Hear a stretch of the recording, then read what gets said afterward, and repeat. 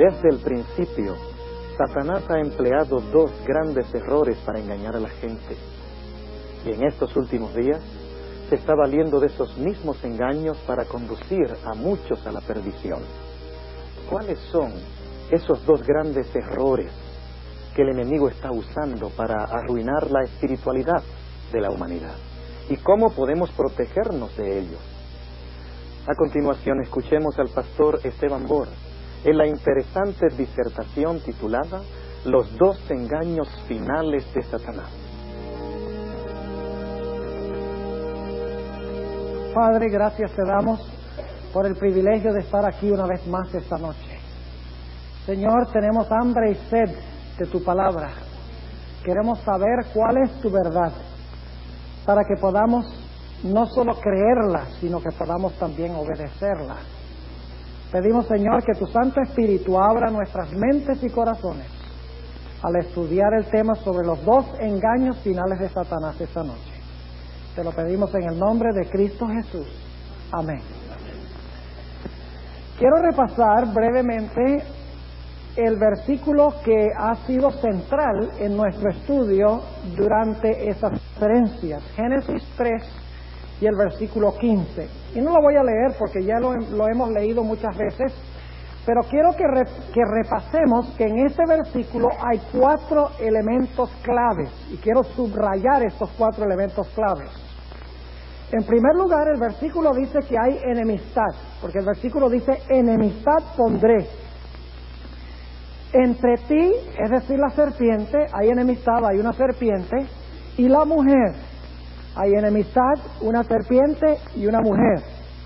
Y luego dice, y entre tu simiente, es decir, la simiente de Satanás y la simiente suya, la simiente de la mujer. Noten entonces que hay 4 elementos en este versículo. Hay enemistad, hay una serpiente, hay una mujer y hay una simiente de la mujer. Ahora quisiera invitarles a abrir sus Biblias conmigo al libro de Apocalipsis, el capítulo 12. Apocalipsis, el capítulo 12 y el versículo 17. Y vamos a encontrar los mismos 4 elementos. Pero estos 4 elementos en Apocalipsis 12, 17 no está hablando del comienzo, sino que está hablando del fin. Y quiero que notemos que los mismos 4 elementos están allí.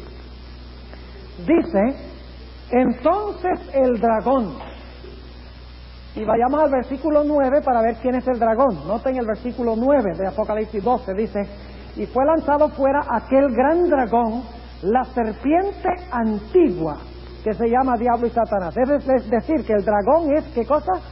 La serpiente. Muy bien.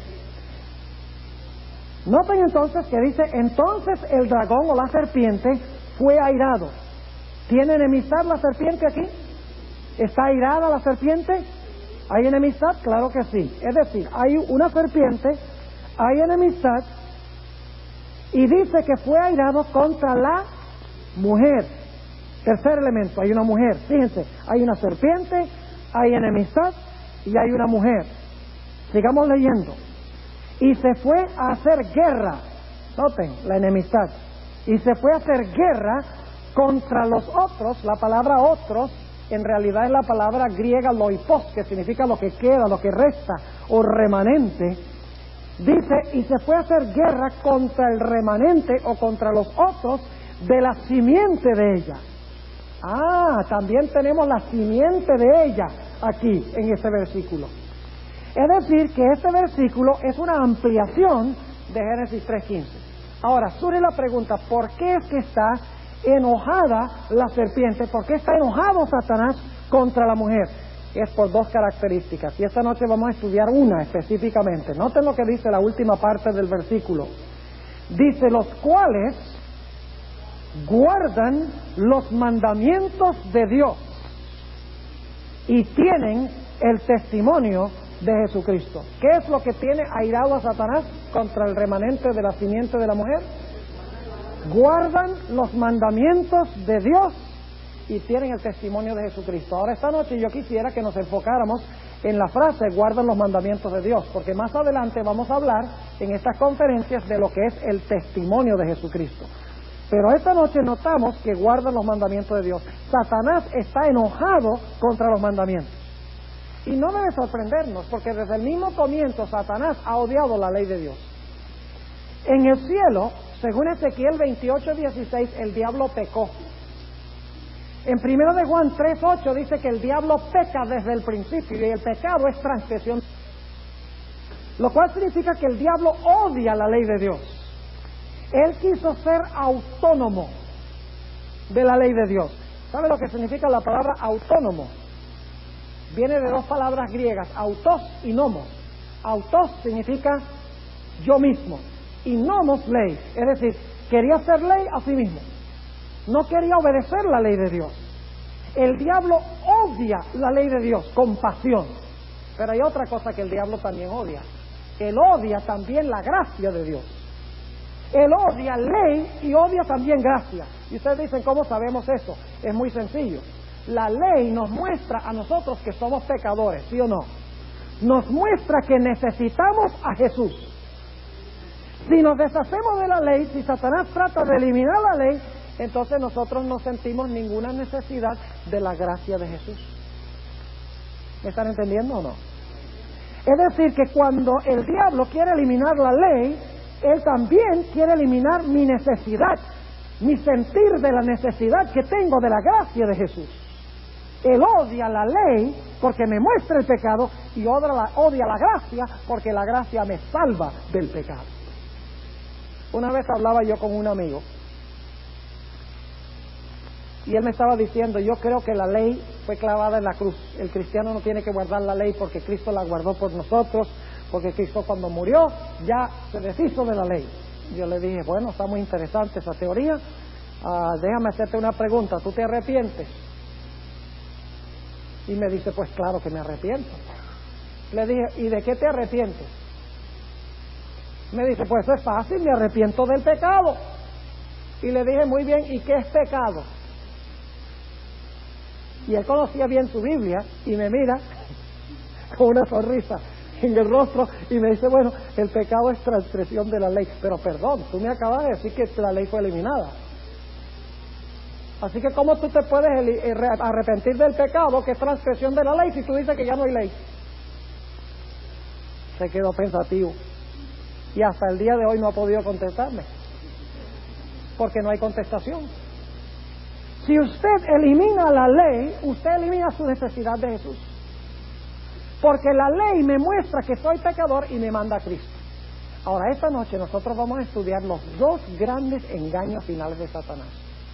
Y déjenme decirles algo, estos engaños no los está lanzando Satanás contra el mundo, los está lanzando en la iglesia y contra la iglesia. El diablo no tiene por qué engañar al mundo, porque ya lo tiene engañado. El diablo quiere engañar a los cristianos, porque no son de él. Mateo 24 y el versículo 4, Jesús le dice a sus discípulos, mirad que nadie os engañe. Hay peligro de que los mismos discípulos de Jesús sean ¿qué? Sean engañados. Es más, en Mateo 24, 23 y 24 dice que el diablo engañará, si fuera posible, aún a los escogidos. Estos dos engaños de Satanás los ha tenido desde el mismo principio. A través de la historia los ha refinado y los ha perfeccionado el uso de estos dos errores. Y al final de la historia los va a usar en todas sus dimensiones para engañar a los que dicen pertenecer a Jesús. Así que lo que vamos a hablar esta noche es de suprema urgencia y de suprema importancia, porque el diablo tiene engañado aún a muchos de los cristianos en el mundo de hoy en día. Y por si acaso alguno dice, bueno, pastor, eso es imposible que el diablo engañe a los cristianos, porque son el pueblo de Jesús. Quiero preguntarles, cuando Jesús vino a esta tierra en su primera venida, ¿el pueblo suyo estaba engañado? Antes de la primera venida de Jesús, ¿el pueblo que decía ser pueblo de él, estaban engañados? Sí. Es más, dice que a los suyos vino y los suyos no le recibieron. Su propio pueblo estaba engañado. Ahora, ¿ustedes creen que antes de la segunda venida el diablo también va a engañar a su propio pueblo? ¿O es que el diablo se ha convertido desde la primera venida? Olvídense, el diablo no ha tenido ninguna experiencia de conversión. El diablo quiere engañar es al pueblo de Dios. Y quiere engañarlos con estos dos errores. Ahora, yo quiero que ustedes presten cuidadosa atención esta noche, porque vamos a usar un orden lógico en la presentación. Y si se duermen por un instante, entonces van a perder uno de los peldaños de la escalera. Vamos en primer lugar a notar que si no hay ley, ese es el primer error, la idea de que ya no hay ley para el cristiano, de que la ley fue clavada en la cruz, de que Cristo se deshizo de la ley porque ahora estamos bajo la gracia. El primer error es la idea de que el cristiano no tiene que guardar la ley, porque la ley fue clavada cuando Cristo murió en la cruz. Ahora, hay un problema con eso, y es que si usted cree que no hay ley, usted no puede decir que hay pecado. Note lo que dice Romanos, el capítulo 3. Vamos ahora a Romanos, el capítulo 3, y vamos a leer el versículo 20. Romanos 3 y el versículo 20. Dice aquí: porque por las obras de la ley ninguna carne se justificará delante de él, porque por la ley es el conocimiento del pecado. ¿Qué sé yo por la ley? ¿Qué es lo que yo sé? Yo conozco el pecado, es por medio de ¿qué? De la ley. Así que si usted dice que no hay ley, no puede haber tampoco ¿qué? No puede haber pecado. Ahora vamos a Romanos 4 y el versículo 15. Romanos 4 y el versículo 15. Y algunos interpretan mal este versículo. Dice allí: porque la ley obra ira. Y algunos dicen, bueno, como la ley obra ira, entonces tenemos que deshacernos de la ley para que no haya ira. Y eso suena muy lógico. Pero déjenme usar una analogía o una ilustración. Supongamos que un policía lo para a usted yendo a un exceso de velocidad. ¿Tiene el policía derecho de ponerles un ticket, una boleta? Claro que sí, porque usted ha violado la ley. ¿Está usted bajo la ira de la ley en ese momento? Claro que sí. ¿Por qué? Porque la desobedeció. Ah, yo sé cuál es la solución. La solución es decirle a ese policía: señor policía, quite la ley. Y entonces así me escapo yo. ¿Les parece buena solución? ¿Por qué obra la ley ira? Porque desobedecemos la ley. No por eso la ley es mala. El malo soy yo, el que la desobedezco. Así que dice, la ley obra ira. Y luego dice, porque donde no hay ley, tampoco hay transgresión. Donde no hay ley, no hay transgresión. Usted puede quebrantar una ley que no existe. Si la ley no existe, ¿usted la puede quebrantar? Si la ley ya no está vigente, ¿puede usted quebrantar esa ley, transgredir esa ley? No. Donde no hay ley, no hay pecado. No hay transgresión. Ahora, noten lo que dice Romanos 7 y el versículo 7, el mismo pensamiento. Estamos en nuestro primer punto, que es que si no hay ley, no puede haber pecado. Romanos 7 y el versículo 7 dice: ¿qué pues diremos? ¿La ley es pecado? ¿Cómo contestarían ustedes esa pregunta? ¿La ley es pecado? No, la ley no es pecado, la ley muestra el pecado. Si usted dice que la ley es pecado, usted tiene problemas serios, porque la Biblia dice que la ley y el mandamiento es santo, justo y bueno. Entonces, ¿cómo es que si la ley es santa, justa y buena, la ley es pecado? Entonces el pecado es santo, justo y bueno. No. Dice aquí, ¿qué pues diremos? ¿La ley es pecado? En ninguna manera. Empero yo no conocí el pecado, sino que por la ley. ¿Cómo conozco yo el pecado? Por la ley. Y luego da un ejemplo, uno de los 10 mandamientos, el 10º mandamiento. Dice, porque tampoco conociera la concupiscencia, es decir, la codicia, si la ley no dijera, no codiciarás. ¿Cómo sé yo que la codicia es mala? Porque hay un mandamiento que dice no codiciarás. Si no hubiera un mandamiento que dijera no codiciarás, yo sabría que la codicia es mala. Es más, Dios no podría condenarme por codicia si no hubiera un mandamiento que dijera no codiciarás. Porque donde no hay ley, no hay qué. No puede haber pecado, según la Sagrada Escritura. Ahora vamos al libro de Primera de Juan, y esto lo hemos leído antes, pero vamos a leerlo de nuevo. Primera de Juan, el capítulo 3 y el versículo 4. Primera de Juan 3, 4. Y casi no hay ni siquiera que leerlo porque lo hemos leído en los últimos dos temas, pero hagámoslo de todas maneras. Dice en Primera de Juan 3, 4, cualquiera que hace pecado traspasa también la ley, pues el pecado es transgresión de la ¿qué? De la ley. Entonces, nuestro primer punto es que si no hay ley, no puede haber pecado. ¿Está claro ese punto? Ahora vamos a nuestro siguiente punto. Si no hay pecado, porque no hay ley, supuestamente, porque estamos nada más usando la lógica que usan algunos cristianos, si no hay ley y por lo tanto no hay pecado, tampoco puede haber muerte. Y ustedes dicen, ¿por qué no, pastor? Bueno, vamos a Romanos 5 y el versículo 12 para que vean por qué razón. Romanos 5 y el versículo 12. Dice, de consiguiente vino la reconciliación por uno, así como el pecado entró en el mundo por un hombre y por el pecado la muerte.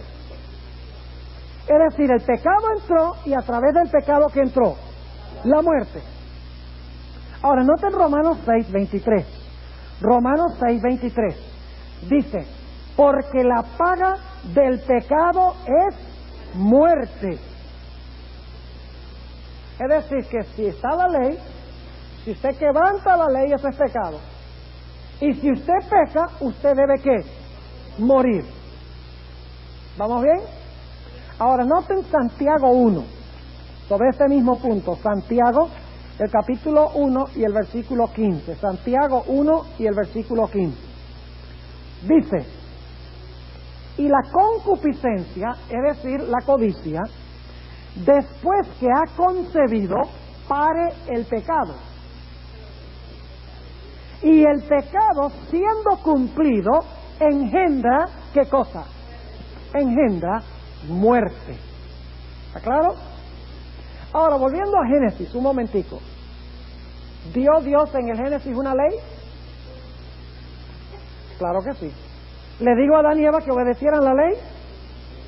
¿Les dijo que si desobedecían la ley eso iba a ser pecado? Sí, acabamos de leer que dice que el pecado entró al mundo por un hombre. Ese hombre es Adán. Entonces Adán tiene que haber pecado si el pecado entró al mundo por un hombre. Es decir, Dios le dio la ley y le dijo, si desobedeces la ley, eso es pecado. Y luego Dios le dijo, si pecas, ¿qué va a pasar? Vas a morir. Así que no es solamente en Romanos, es en Génesis. ¿Cuántos según la Biblia han pecado? Si usted dice que no ha pecado, acaba de pecar porque está mintiendo. La Biblia dice que todos han pecado y están destituidos de la gloria de Dios. Dice en 1 de Juan 1 y el versículo 8 que el que dice que no ha pecado es mentiroso. Y luego el versículo 10 dice que cualquiera que dice que no ha pecado hace a Dios mentiroso. Porque Dios dice que todos han pecado. Si usted dice que no ha pecado, entonces está diciendo que Dios es mentiroso cuando Él dice que todos han pecado. ¿Está claro? Todos han pecado. Y por lo tanto, todos están sujetos ¿a qué? A muerte. Vayan conmigo a Génesis 5 para ver algo muy interesante. Génesis 5 tiene la genealogía de la raza humana del linaje santo desde los días de Adán hasta los días de Noé. ¿Y saben lo que es interesante? Después de cada persona que se menciona en la genealogía, dice algo muy interesante. Noten, el capítulo 5 y el versículo 5 dice, y fueron todos los días que vivió Adán 930 años y murió. Versículo 8, y fueron todos los días de Set 912 años y murió. Versículo 11, y fueron todos los días de Nos 905 años y murió. Versículo 14, y fueron todos los días de Cainán 910 años y murió. Versículo 17, y fueron todos los días de Maalaleel 895 años y murió. Versículo 20. Y fueron todos los días de Jared 962 años y murió. Y luego habla de uno que no murió. Ese lo vamos a pasar por alto por ahora, porque al final del tema vamos a regresar a ese, Enoc. Pero noten el versículo 27, dice: fueron pues todos los días de Matusalén 969 años y murió. Versículo 31, fueron todos los días de Lamec 777 años y murió. Y luego noten lo que dice Génesis 9 y el versículo 29, dice: y fueron todos los días de Noé 950 años y murió. ¿Por qué murieron todas esas personas? Porque todos pecaron. Todos quebrantaron la ley, y quebrantar la ley es pecado, y cuando usted peca es reo de ¿qué? De muerte. Exactamente. Así que el libro de Génesis tiene mucho que decir en cuanto a la ley, el pecado y la muerte, ¿verdad? Tiene mucho que decir, no es solamente Pablo en Romanos. Y Génesis tiene mucho que decir también de la gracia, porque cuando el hombre debía morir el mismo día, Dios dice: Jesús morirá en tu lugar. Esa es gracia.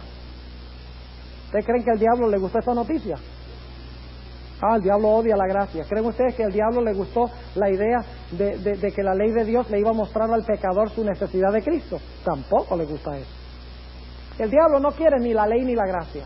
Y si ustedes encuentran cristianos que dicen: ¡ay, es solo puro gracia y nada ley!, huirle a ese concepto como a la lepra. Hoy diríamos como el SIDA. Porque Dios es un Dios de ley y es un Dios de gracia. El Antiguo Testamento es ley y gracia, y el Nuevo Testamento es ley y gracia. Desde el mismo comienzo, cuando el hombre quebranta la ley, eso es pecado, y Jesús dice: yo pagaré. Gracia. Ley y gracia. ¿Está claro? Desde el mismo comienzo encontramos eso.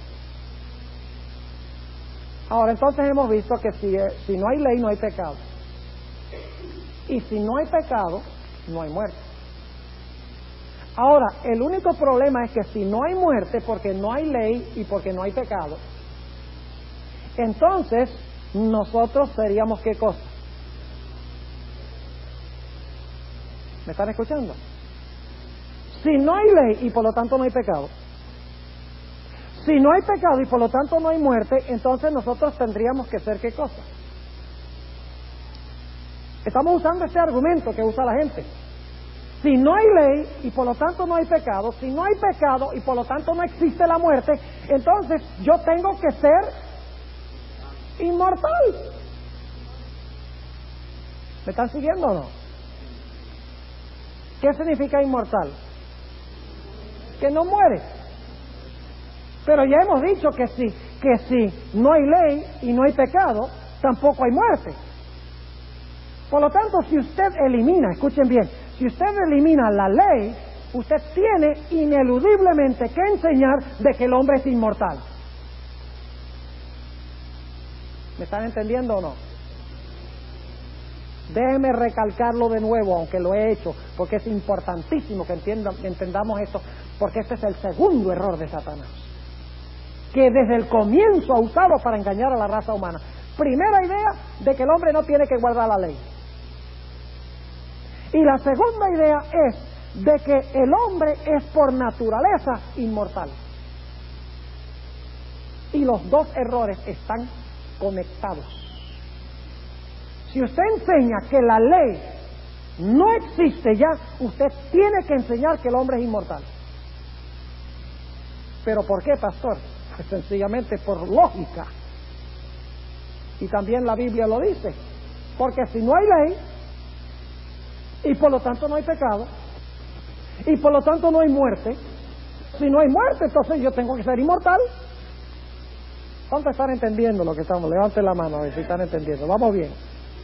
Ahora, el único problema es que la Biblia nos dice que solamente hay uno que es inmortal. Según la Biblia, ¿quién es el único que es inmortal? Vamos a 1 de Timoteo, el capítulo 6. 1 de Timoteo 6. Y no se me distraigan ni por un momento, porque vamos a llegar ahora a un punto muy importante Y casi siempre que hago la pregunta, la gente me contesta mal. Así que mucho cuidado, me van a contestar bien. Noten primero de Timoteo, el capítulo 6, y vamos a leer el versículo, empezando en el versículo 14, 6:14. Dice, que guardes el mandamiento sin mácula ni reprensión, hasta la aparición de nuestro Señor Jesucristo, la cual a su tiempo mostrará el bienaventurado y solo poderoso, Rey de reyes y Señor de señores, quien solo tiene inmortalidad. ¿Qué significa la palabra solo? Yo digo, yo estoy aquí solo, y entonces hay 50 otros aquí. ¿Eso es lo que significa solo? Solo significa ¿qué?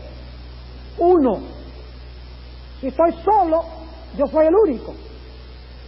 Así que según esto, el único que tiene inmortalidad es el Rey de reyes y Señor de señores. Ahora vamos otra vez a nuestra línea de argumentación. Si no hay ley, no hay pecado. Si no hay pecado, no hay muerte. Si no hay muerte, yo tengo que ser ¿qué? Inmortal. Pero la Biblia dice que solo Dios es inmortal, lo cual significa que yo tendría que ser ¿qué? No solo inmortal, yo tengo que ser Dios. Déjeme repetirlo. Porque fíjese, si usted dice que porque no hay ley no hay pecado, porque no hay pecado no hay muerte, si no hay muerte yo soy inmortal, pero la Biblia dice que solo Dios es inmortal. Así que si yo soy inmortal, pero solo Dios es inmortal, yo tengo que ser Dios. ¿Me están siguiendo ahora? Ahora, ¿dónde se originó esta idea? ¿Dónde comenzó esta idea de que la ley no existe, no hay que guardarla, y que el hombre es inmortal y que el hombre es Dios, por lo tanto? ¿A dónde se originó esa idea? ¿Ustedes creen que esa idea es nueva, de los últimos días? Esta idea comenzó en el huerto del Edén. Vamos a Génesis. ¿Cuántos de ustedes creen que el mismito diablo está vivo hoy? El diablo del Génesis, ¿creen que está vivo todavía? ¿Tuvo éxito Satanás en usar estos dos errores para engañar a Adán y Eva? Ahora fíjense, el diablo logró engañar a Adán y Eva en un huerto perfecto. Tenían cuerpos perfectos y el diablo igual pudo engañarlos. Ahora imagínense nosotros, en un mundo lleno de pecado, con un cuerpo degenerado y deteriorado por casi 6,000 años de pecado. Saben que la única protección que nosotros tenemos es el testimonio de la palabra de Dios. Ver lo que Satanás hizo allá y no caer nosotros en los mismos errores. Ahora noten Génesis 2 y el versículo 17. Versículo 16 dice: y mandó Jehová Dios al hombre diciendo, de todo árbol del huerto comerás, mas del árbol de la ciencia del bien y del mal no comerás de él, porque el día que de él comieres morirás. ¿Le dio Dios un mandamiento al ser humano? Adán y Eva. Estaban los 10 mandamientos en principio en ese mandamiento, lo hemos estudiado, ¿verdad? Y Dios le dijo, mira, si ustedes desobedecen mis mandamientos, eso va a ser pecado, porque el pecado entró al mundo por un hombre. Y si ustedes pecan, ¿van a qué? Van a morir. ¿Pero qué les dice Satanás? Vamos a Génesis 3. Empero la serpiente, y esta serpiente, no crean ustedes que era la culebra la que estaba hablando. No era la serpiente la que estaba hablando, era Satanás. Ya hemos visto eso. Dice, empero la serpiente era astuta más que todos los animales del campo que Jehová Dios había hecho, la cual dijo a la mujer, con que Dios os ha dicho no comáis de todo árbol del huerto. Dicho sea de paso, en un tema futuro vamos a estudiar los 4 métodos que usó Satanás para engañar a Eva, y los está usando a la perfección hoy también entre los cristianos. Pero no vamos a hablar de eso esta noche. Quiero nada más mostrar un punto aquí. Versículo 2. Y la mujer respondió a la serpiente: del fruto de los árboles del huerto comemos. Es decir, sí, podemos comer de todos los árboles. Mas del fruto del árbol que está en medio del huerto, dijo Dios, no comeréis de él, ni le tocaréis, porque no muráis. Fíjese cómo ella le agregó a la palabra de Dios. Dios había dicho no coman, ella dice, Dios no dijo que no comamos ni que lo toquemos. Mucho cuidado con añadirle a la palabra de Dios. De eso vamos a hablar más adelante. Versículo 4. Entonces la serpiente dijo a la mujer, ¿qué cosa? No moriréis. Es decir, ustedes pueden desobedecer la ley de Dios y no van a qué. Es decir, está diciendo, desobedecer la ley de Dios no es pecado. Y como no es pecado, tampoco lleva a la qué, a la muerte. Pero luego les dice algo más. Dice en el versículo 4, entonces la serpiente dijo a la mujer, no moriréis, mas sabe Dios que el día que comiereis de él, serán abiertos vuestros ojos y seréis como dioses. Y esa no es la mejor traducción, porque la palabra allí es la palabra Elohim, que es la misma palabra que se usa en Génesis 1:1, donde dice, en el principio creó Dios los cielos y la tierra. Es decir, seréis como Elohim, seréis como Dios. Es decir, el diablo le está diciendo, mira, desobedecer la ley no es pecado. Y como no es pecado, tú no vas a morir. Como tú no vas a morir, tú eres inmortal. Y siendo inmortal, tú vas a ser como ¿quién? Como Dios. Entonces, ¿qué pasa cuando usted elimina la ley de Dios? Automáticamente, cuando usted elimina la ley, tiene que enseñar que el hombre es por naturaleza inmortal. Y si usted cree que es inmortal, usted tiene que enseñar que el hombre es Dios, porque la Biblia dice que el único que tiene inmortalidad es Dios. ¿Ven las terribles repercusiones de eliminar la santa ley de Dios? Es cuestión muy seria, porque cuando usted elimina la ley, elimina la necesidad de la gracia. Y termina enseñando de que el hombre en sí mismo es inmortal, que el hombre es Dios. ¿Qué blasfemia más grande podría haber que esa blasfemia, que convertir al hombre en Dios diciendo que el hombre es inmortal? Sin embargo, muchas iglesias hoy están enseñando que la ley fue clavada en la cruz y que el hombre por naturaleza es inmortal. Y más adelante en este seminario vamos a hablar de un tema completo sobre lo que la Biblia dice en cuanto a la muerte. Ahora, vayamos a Apocalipsis, el capítulo 22. Apocalipsis 22 y el versículo 14. Apocalipsis 22 y el versículo 14. Dice, bienaventurados los que guardan, ¿qué cosa? Sus mandamientos. ¿Los mandamientos de quién? Ahora aquí viene la pregunta clave. Si Cristo clavó los mandamientos en la cruz, ¿por qué dice aquí en Apocalipsis que en los últimos días va a haber una gente que guarda los mandamientos de Dios? Y que son bienaventurados. ¿Me están entendiendo? Aquí no dice tristes y miserables los que guardan los mandamientos de Dios. Así que hay muchos cristianos dicen, yo no estoy bajo la ley, estoy bajo la gracia, tengo libertad, aleluya. Pero uno nunca es libre de la ley. Uno es libre del pecado y luego Dios le da el poder para guardar su ley. Ahora dice aquí, bienaventurados los que guardan sus mandamientos. Y yo sé que algunas versiones dicen bienaventurados los que lavan sus ropas. Esa no es la mejor traducción de este texto y se los voy a comprobar esta noche. La traducción correcta es bienaventurados los que guardan sus mandamientos. Y se los voy a mostrar por qué razón. Y hay que ir a Génesis para entenderlo. Dice, bienaventurados los que guardan sus mandamientos, para que su potencia sea en el árbol de la vida y que entren por las puertas en la ciudad. Ahora, para entender ese versículo tenemos que entender el libro de Génesis primero. Ahora, ¿qué dice de ellos? Que ellos deben entrar por las puertas de la ciudad. ¿Cuál ciudad? ¿La cual? La Nueva Jerusalén, muy bien. ¿Por dónde va a entrar la gente? ¿Y quiénes están parados en las puertas? ¿Ustedes creen que nada más están ahí abiertas las puertas, vacantes, entra cualquiera que quiere? No, hay ángeles en cada puerta chequeando ID, chequeando identificación. ¿Cómo así, pastor? Noten Apocalipsis 21:12. Y tenía un muro grande y alto con 12 puertas. Y en las puertas 12 ángeles. ¿Quiénes están en las puertas? 12 ángeles. Ahora, qué interesante. Dice que está la ciudad y dentro de la ciudad está el Edén, porque está el árbol de vida, ¿verdad?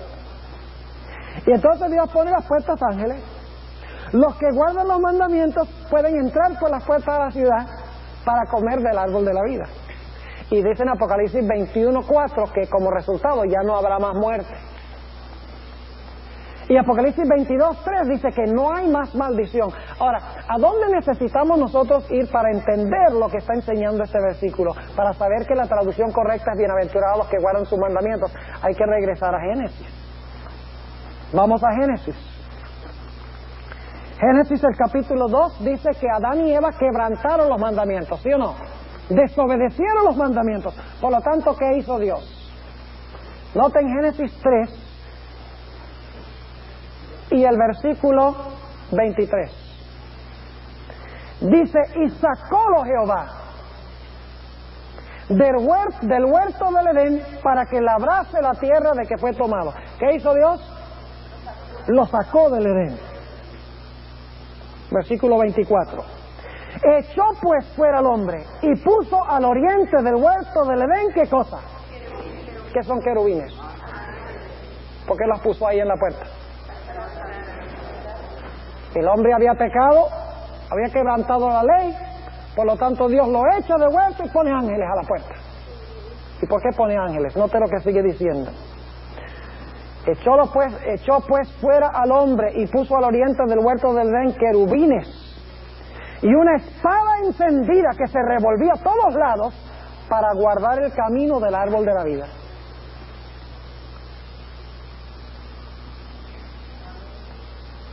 ¿Ven que esto es lo opuesto de Apocalipsis 22:14? Aquí dice que el hombre pecó, quebrantó los mandamientos. Por lo tanto, Dios lo sacó.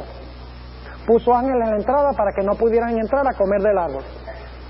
Y como resultado de eso, Génesis 3 dice que vino la maldición. Maldita será la tierra, maldita será la serpiente. Dios maldice a Caín. Es decir, cuando son echados, viene la maldición y viene también la muerte. Polvo eres y al polvo serás tornado. Pero en Apocalipsis cambia el panorama. Aquí hay un grupo que guarda los mandamientos de Dios. Y son bienaventurados y felices. Y por lo tanto los ángeles que están en las puertas, ¿qué hacen? En vez de sacarlos, los dejan entrar.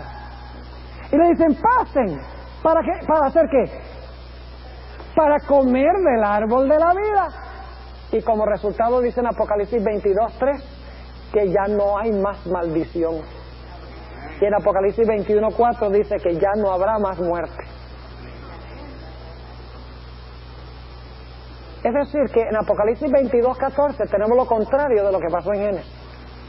En Génesis el hombre quebranta los mandamientos, Dios lo echa del huerto, pone ángeles a la puerta para que el hombre no pueda comer del árbol de la vida y vivir para siempre, y entonces viene la maldición y la muerte.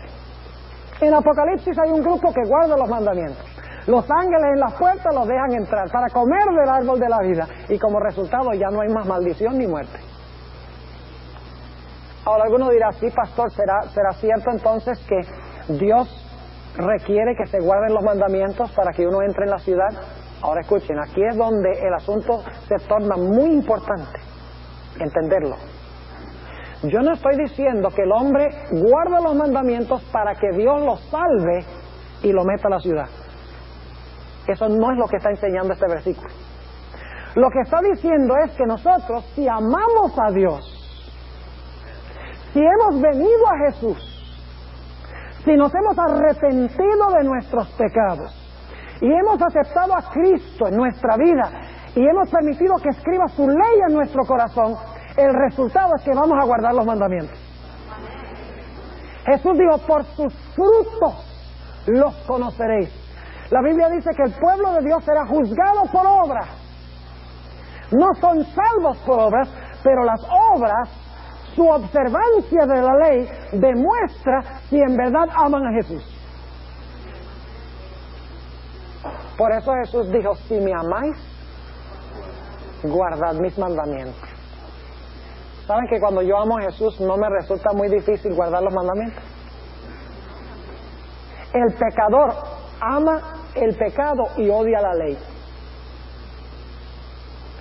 Mientras que el Hijo de Dios ama la ley y odia el pecado. Y cuando usted mira la cruz del Calvario, hermano y hermana, apreciada visita, cuando usted mira la cruz del Calvario y ve a Jesús colgando allí, clamando a su Padre, mi Padre, Dios mío, ¿por qué me has desamparado? Nos preguntamos, ¿por qué el Padre lo desamparó? Fue porque estaba cargando los pecados suyos y los míos. Así de terrible es el pecado. Crucificó a mi querido Jesús. Y cuando yo veo que mis pecados crucificaron a Jesús, yo no voy a querer más nada que ver con el pecado. La razón por la cual peco es porque quito mis ojos de Jesús. Es decir, el problema no es con la ley. La ley sencillamente demuestra cuán terrible es el pecado que puso a Jesús en la cruz. Pero Dios tiene que librarme no de la ley, Él tiene que librarme ¿de qué? Del pecado. Y lo hace a través de Jesús. Ahora volvamos a Apocalipsis 22. Y el versículo 14. Entonces los que están dentro de la ciudad, ¿guardan los mandamientos de Dios? Al final. Ahora escuche lo que voy a decir. ¿Por qué sacó Dios al hombre del huerto del Edén? Según leímos, ¿por qué lo sacó? Para que no comiera ¿de qué? Del árbol de la vida y viviera para siempre. Ahora aquí viene el punto importante. No pierdan este punto. Si Dios sacó al hombre del huerto del Edén para que no pudiera comer del árbol y vivir para siempre, entonces el hombre no es inmortal. Porque si el hombre fuera inmortal, de nada le hubiera valido a Dios prohibirle el árbol. ¿Cuántos están entendiendo lo que estoy diciendo? Levanten la mano.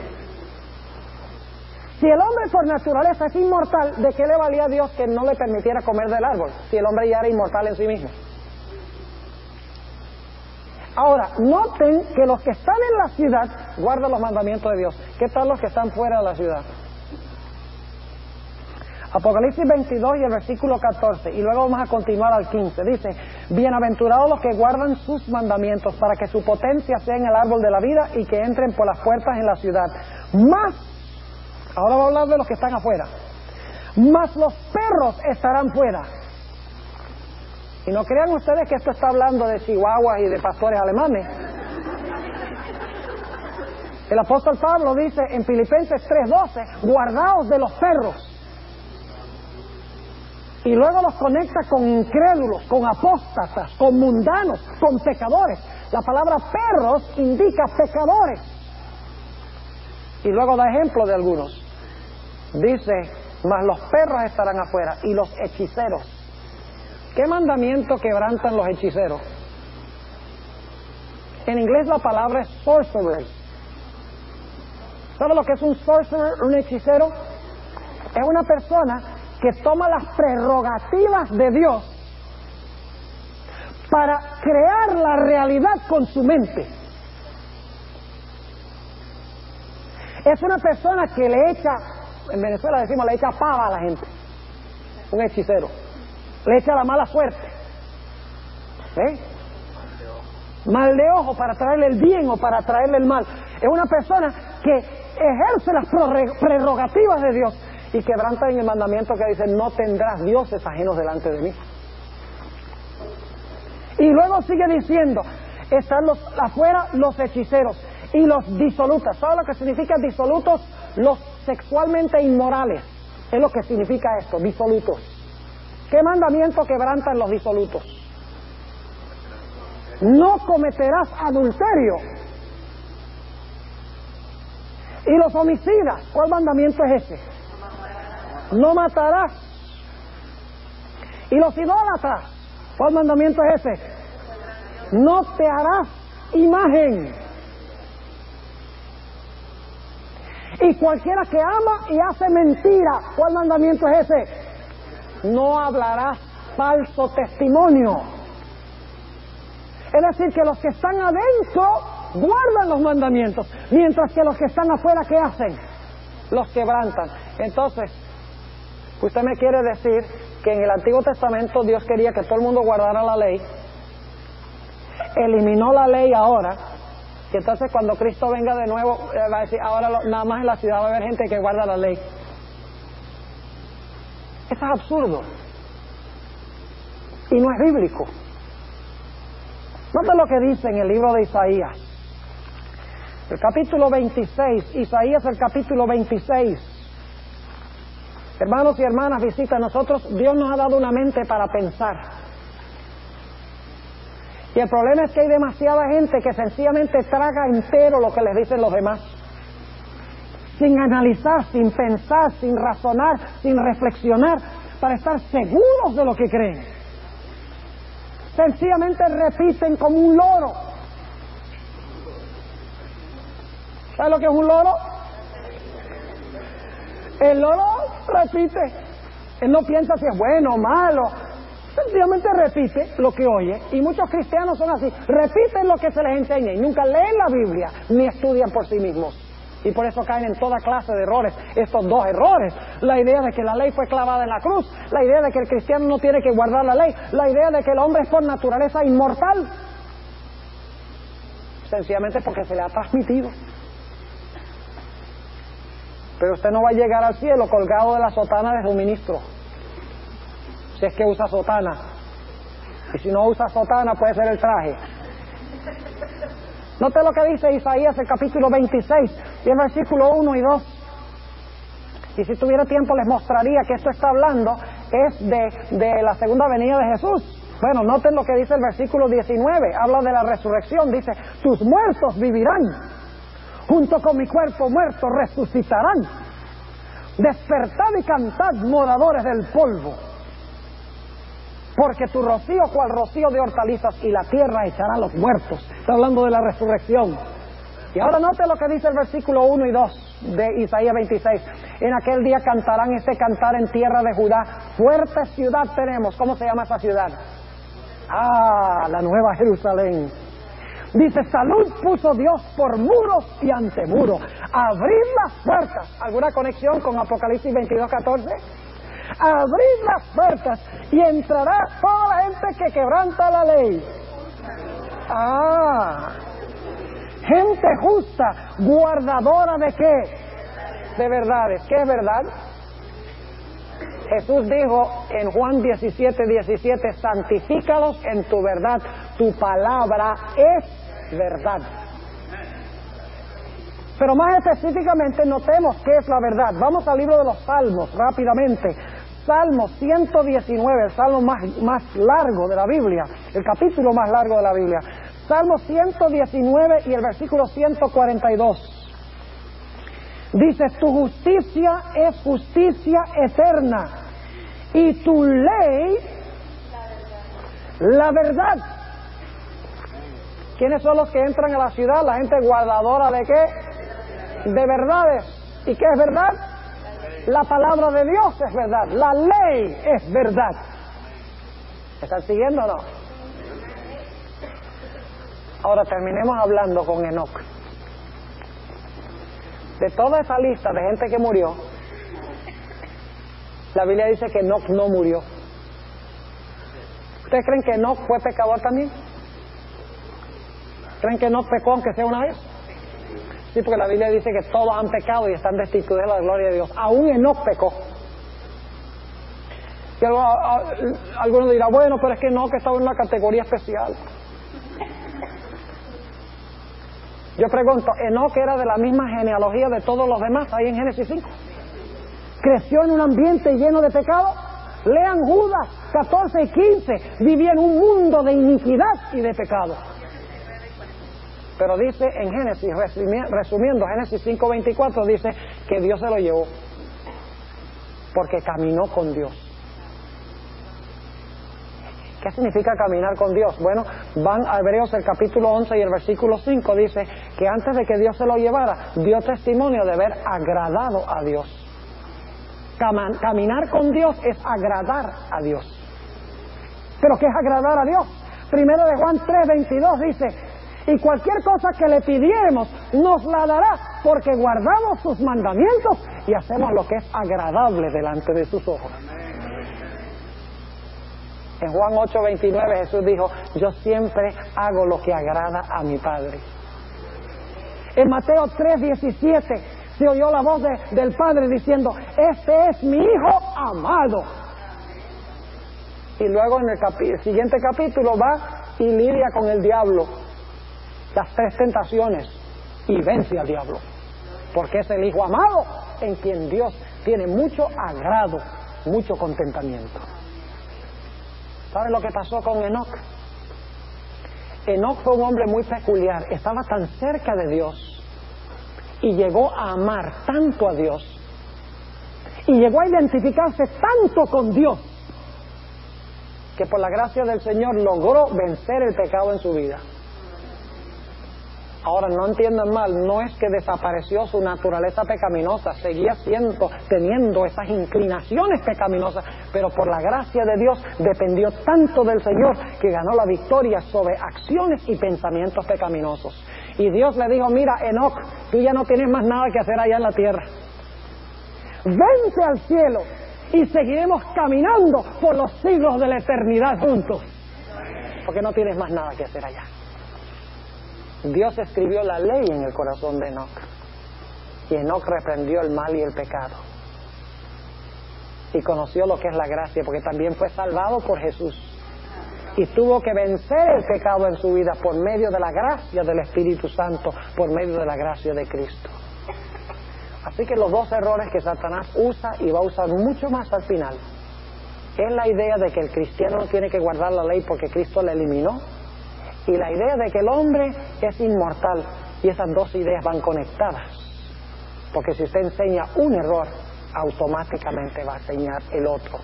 Hermanos y hermanas, apreciadas visitas, que Dios nos libre de estos 2 errores, y que lleguemos a respetar la ley de Dios, la gracia de Dios, y reconozcamos que solamente en Jesús tenemos la vida, y no en nosotros mismos.